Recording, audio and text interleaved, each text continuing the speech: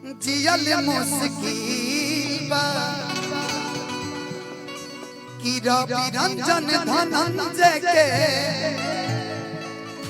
हरे लगल तो पे दिल बा कि तोहरा बिना हमर जियल मुश्किल बा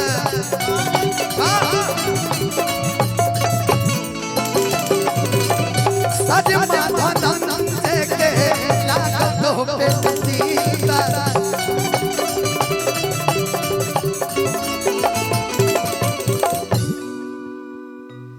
बिटू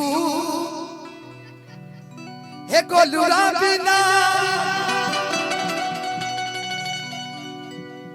कभी भी अपने लोगों को मत भूलिए, कभी भी अपने लोगों को मत भूलिए। एक दिन आपको लोग बुलाएंगे लेकिन 40 दिन वही लोग काम आने वाले जो अपने हैं। अरे नहीं उसको हमारा दिक्कत ये नहीं, इसको फोटो खिंचवाना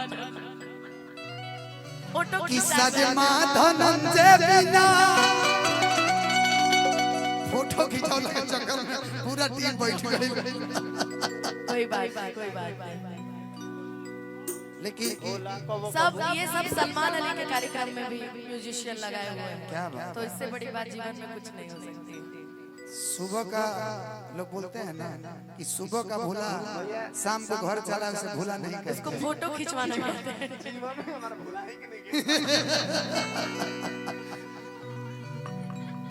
कि सजमा धनंजय बिना अरे कबहू में सोना बेड़ा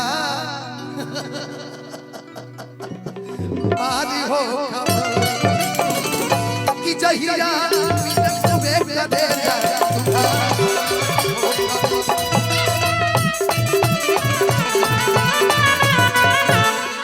कि जहिया सुबह दे पारी हो